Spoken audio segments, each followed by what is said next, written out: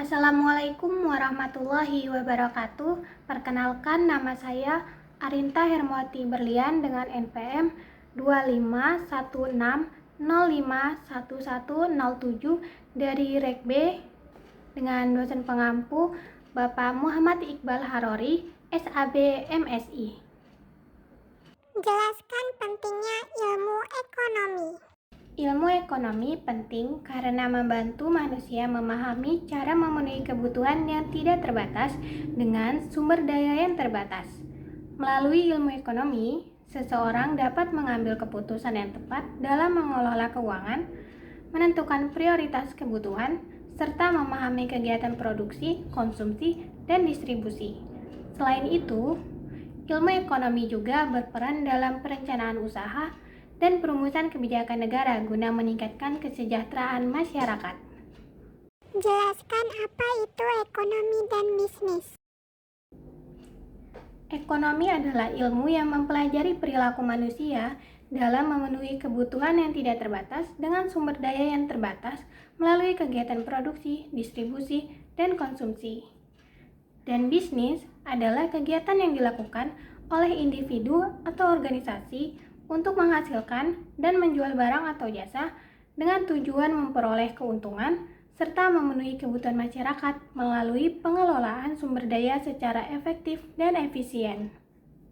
Jelaskan perbedaan ekonomi mikro dan makro. Menurut buku Ekonomi dan Bisnis Administrasi, perbedaan ekonomi mikro dan makro terletak pada 3 hal. Yang pertama, pada harga. Kalau ekonomi makro, nilai suatu komoditasnya ditinjau dari barang tertentu saja, sedangkan pada ekonomi mikro, nilai suatu komoditas ditinjau secara agregat atau keseluruhan. Dan perbedaan yang kedua yaitu terletak pada unit analisisnya. Kalau ekonomi makro, lingkup kegiatan ekonomi secara individual, seperti permintaan dan penawaran perilaku konsumen dan produsen, pasar, penerimaan, biaya dan untung rugi. Sedangkan pada ekonomi mikro, lingkup kegiatan ekonomi secara menyeluruh seperti pendapatan nasional, pertumbuhan ekonomi, inflasi, pengangguran, investasi, dan kebijakan ekonomi. Perbedaan yang ketiga yaitu tujuan analisisnya. Ekonomi makro fokus pada analisis tentang cara mengalokasikan sumber daya supaya bisa mencapai kombinasi yang seimbang dan tepat.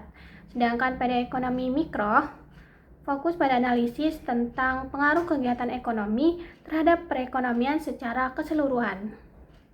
Apa yang dimaksud dengan investasi menurut buku Ekonomi dan Bisnis Administrasi?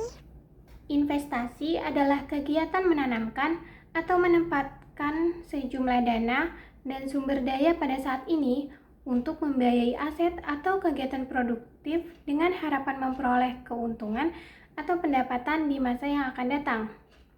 Investasi bertujuan meningkatkan kapasitas produksi, mendorong pertumbuhan ekonomi, membuka lapangan pekerjaan, serta meningkatkan pendapatan masyarakat.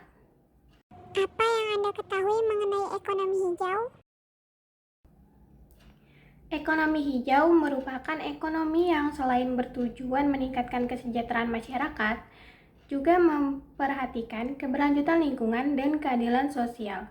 Konsep ini menekankan pemanfaatan sumber daya alam secara bijak tanpa merusak lingkungan. Contoh penerapan ekonomi hijau adalah pengembangan pertanian organik dan ramah lingkungan, di mana petani mengurangi penggunaan pupuk dan pestisida kimia serta beralih ke bahan alami untuk menjaga kesuburan tanah dan kelestarian lingkungan. Apa yang Anda ketahui mengenai ekonomi biru? Ekonomi biru adalah konsep pembangunan ekonomi yang memanfaatkan sumber daya kelautan secara optimal dan berkelanjutan tanpa merusak ekosistem laut, dengan tujuan meningkatkan kesejahteraan masyarakat pesisir.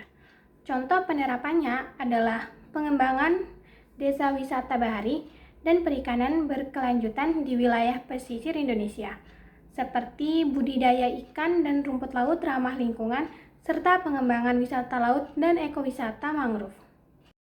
Jelaskan di mana letak permasalahan ekonomi Indonesia.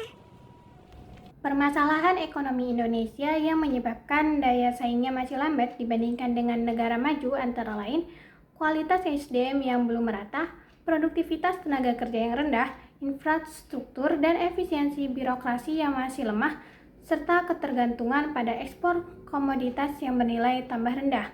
Selain itu, investasi asing yang belum optimal menghambat transfer teknologi dan inovasi, sehingga pertumbuhan ekonomi Indonesia belum secepat negara maju yang berbasis industri dan teknologi. Jelaskan di mana letak permasalahan Provinsi Lampung. Provinsi Lampung lambat bersaing karena kualitas sumber daya manusia yang masih rendah dan perekonomian yang didominasi sektor primer, terutama pertanian dan kelautan yang menjual bahan mentah tanpa nilai tambah. Padahal, Lampung memiliki potensi besar jika didukung oleh industri pengelolaan. Solusi yang dapat dilakukan adalah meningkatkan kualitas SDM melalui pendidikan dan pelatihan sesuai kebutuhan daerah, serta mendorong hilirisasi industri agar tercipta nilai tambah, lapangan kerja, dan daya saing ekonomi yang lebih tinggi. Analisis dan jelaskan di mana letak permasalahan daerah Anda. Kota Bandar Lampung mengalami keterlambatan dalam bersaing karena infrastruktur dan tata kota yang belum tertata optimal. Perekonomian yang masih didominasi sektor konvensional, serta kualitas SDM dan iklim investasi yang belum maksimal. Padahal, Bandar Lampung memiliki posisi strategis sebagai gerbang Sumatera Jawa. Solusi yang dapat dilakukan adalah memperbaiki infrastruktur dan tata kota, mengembangkan UMKM dan sektor ekonomi bernilai tambah, serta meningkatkan kualitas SDM dan kemudahan investasi untuk menarik pelaku usaha.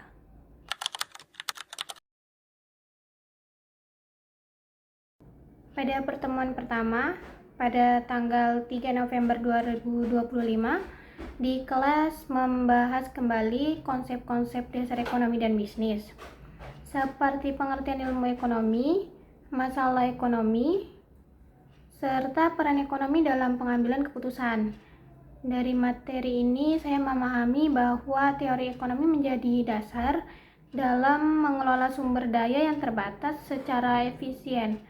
Materi ini berkaitan dengan teori ekonomi dasar. Selanjutnya pada pertemuan kedua, tanggal 10 November 2025, itu dilakukan diskusi berita ekonomi. Sebagian berita yang dibahas itu berkaitan dengan kenaikan ekonomi dan dampaknya terhadap masyarakat. Dari diskusi ini saya memahami bahwa pertumbuhan ekonomi tidak hanya berdampak positif, tetapi juga dapat menimbulkan tantangan seperti ketimpangan dan inflasi. Materi ini berkaitan dengan teori ekonomi makro, khususnya mengenai pertumbuhan ekonomi dan peran kebijakan pemerintah. Lalu, pada pertemuan ketiga, yaitu tanggal 17 November 2025, kami mendapat tugas di Viklas, yaitu membuat resum buku ekonomi dan bisnis administrasi dari mulai bab 1 sampai bab 10. Kemudian pada pertemuan keempat tanggal 24 November 2025, di kelas itu membahas mengenai kunjungan ke galeri investasi. Nah, pada kegiatan ini kami diperkenalkan dengan pasar modal Indonesia, jenis-jenis investasi seperti saham, obligasi, dan reksadana, serta cara kerja perdagangan di Bursa Efek Indonesia. Dari pembahasan ini, saya memahami pentingnya investasi sebagai sarana pengelolaan keuangan dan sebagai penggerak pertumbuhan ekonomi. Materi ini berkaitan dengan teori investasi dan pasar modal. Selanjutnya, pada pertemuan tanggal 1 Desember 2025, di kelas membahas mengenai laporan hasil wawancara dengan para pelaku bisnis. Nah, dari laporan tersebut, saya memahami kondisi nyata pelaku usaha, tantangan yang mereka hadapi, serta strategi yang digunakan dalam menjalankan bisnis. Nah, materi ini membantu saya mengaitkan teori ekonomi dengan praktik di lapangan dan berkaitan dengan teori ekonomi terapan serta perilaku pelaku usaha. Yang terakhir pada pertemuan 8 Desember 2025, kami membahas berita dari Kontan mengenai kondisi ekonomi dan bencana di Sumatera. Dari diskusi ini, saya memahami bahwa bencana alam dapat memberikan dampak besar terhadap perekonomian seperti terganggunya produksi, distribusi, dan pertumbuhan ekonomi daerah. Materi ini berkaitan dengan teori guncangan ekonomi dan pembangunan ekonomi, serta pentingnya peran pemerintah dalam pemulihan ekonomi pasca bencana.